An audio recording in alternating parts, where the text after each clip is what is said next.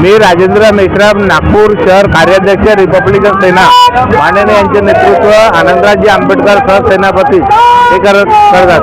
आज 26 नोव्हेंबर, आज संविधान दिवस।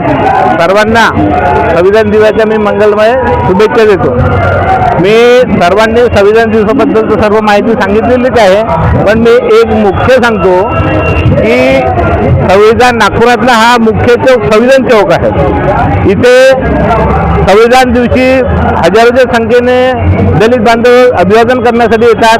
तसेच 6 डिसेंबरला सुद्धा महापरिनिर्वाण दिवस असतो, त्या दिवशी सुद्धा दलित बांधव इथे अभिवादन करण्यासाठी येतात। आणि 14 एप्रिल या बाबासाहेब आंबेडकरांची जयंती राहते, त्यावेळेस सुद्धा इथे दलित बांधव मोठ्या संख्येने उपस्थित राहून आपली जयंतीचा प्रोग्राम करतात।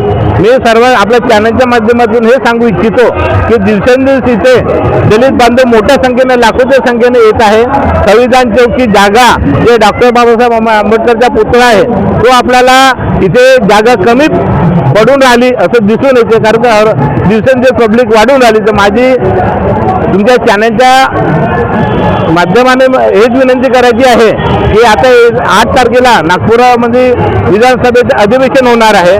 मी आता याच्याबद्दल एक पत्र तयार करणार आहे की डॉक्टर बाबासाहेब आंबेडकरचा पुतळा मेट्रो स्टेशनच्या अशी वर लावण्यात यावा आणि ही जागा मोकळी करून इथे भव्य दिव्य 7 मंजिल भव्य दिव्य वास्तू बांधण्यात यावी, जेणेकरून इथे आता बाजूलाच विधानसभेचं एक वास्तुशिला उभी होणार आहे।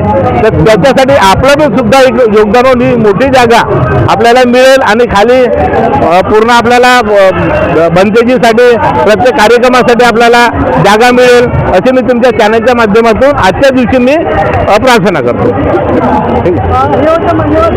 आणि महात्मा डॉक्टर आंबेडकर यांना अभिवादन केलं तर शाहीर पद्धतीने त्यांनी काही विशेष काही सांगितलं आहे, काय केलं आहे,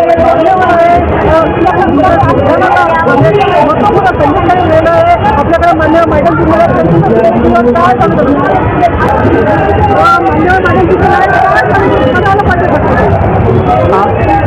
सर्वांना जय भीम। माझं नाव सरला मेश्राम आहे, मी विद्यानगरला राहते आहे। आज 26 नोव्हेंबर हा संविधान दिवस आहे। तर माझ्या परिवाराकडनं, माझ्याकडनं सगळ्यांना संविधान दिनाच्या हार्दिक शुभेच्छा। आणि आता राजकारणाविषयी जर सांगायचं झालं तर आता रिसेंटली असं सुरू आहे की संविधान बदलवण्याच्या मागे सगळे लोक लागलेले आहेत। तर सर्व समाजातल्या लोकांनी, असं नाही की बौद्ध समाजातल्याच लोकांनी, सगळ्या समाजाच्या लोकांनी संविधान वाचवण्यासाठी प्रयत्न केले पाहिजे। जर संविधान आपल्या हाती जर नाही राहिलं तर मनुस्मृती यायला वेळ लागणार नाही। जर मनुचा जर कायदा आला तर स्त्रियांना कुठेही स्थान मिळणार नाही आणि पुन्हा जी परिस्थिती होती 56च्या पूर्वीची ती तशीच राहील आणि परत थोड्या मॉडर्न पद्धतीने ती परिस्थिती महिलांच्या हाती येईल। फक्त मनाला एवढं होईल की तुम्ही स्वतंत्र आहात, पण स्वतंत्र राहणार नाही। आणि जो आज अधिकार दिला आहे मला इथे बोलण्याचा संविधानाने, तो अधिकारही आपल्याकडे असणार नाही। म्हणून सगळ्या महिलांनी आणि पुरुषांनी जेवढे संविधानाला मानतात आणि संविधानाचा कायदा चालवतात त्या सगळ्यांना अशी विनंती आहे की त्यांनी संविधान वाचवण्यासाठी खूप खूप प्रयत्न करायला पाहिजे। एवढेच बोलून थांबते। जय भीम। जय भीम। जय संविधान। जय संविधान। जय संविधान। विजय असो, विजय असो, विजय असो, विजय असो। जय की नाही हो।